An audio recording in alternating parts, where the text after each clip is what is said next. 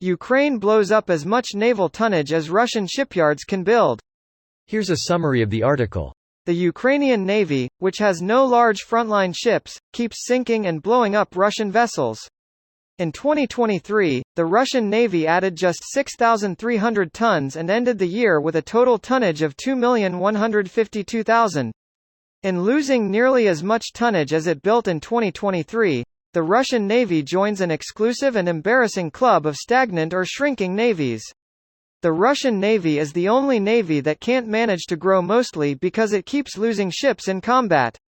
Today, Russian shipyards still manage to build large submarines, but they struggle to build surface warships heavier than a few thousand tons. So while the world's leading navy, the U.S. Navy, last year grew by 32,000 tons to a new total of 7,393,000 tons, and the fast-growing Chinese Navy added 50,000 tons to total 2,899,000 tons, the Russian fleet grew barely at all. A fleet with no large ships keeps destroying as much tonnage as the Russians manage to build. This post received a score of 5,000, with an upvote ratio of 95%. Here are the top comments in response to this article. Can anyone post the article? I'm not disabling my ad blocker. In 2023, the Russian Navy added just 6,300 tons and ended the year with a total tonnage of 2,152,000. In losing nearly as much tonnage as it built in 2023, the Russian Navy joins an exclusive and embarrassing club of stagnant or shrinking navies. The Russian Navy is the only navy that can't manage to grow, mostly because it keeps losing ships in combat.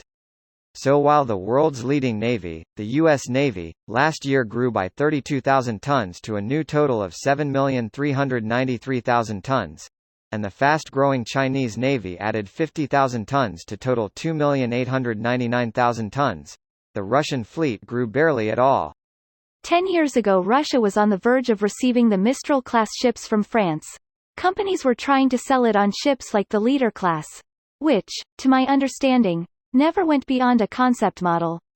Now they can't get the Kuznetsov back in service, the Nakhimov is still pending, and every large hull they have is over 30 years old.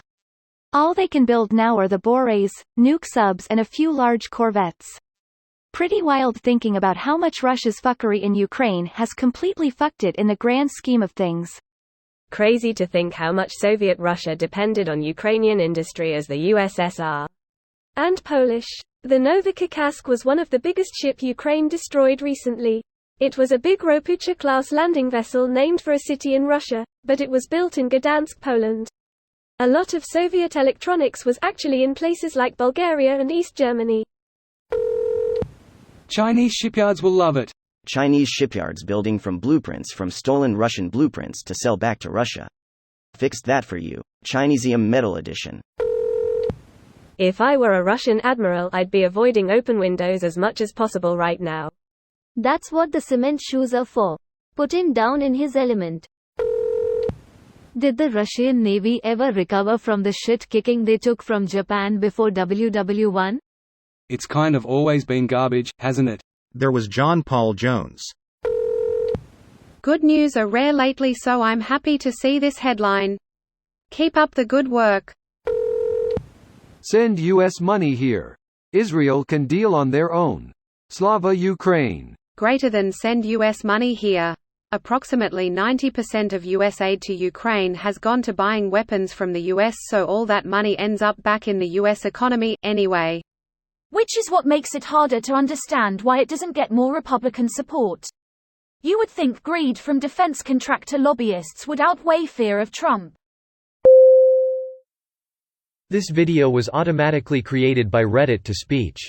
The article and comments in this video were selected from Reddit according to their upvotes, and any paraphrasing was performed by smmry.com, without any human intervention.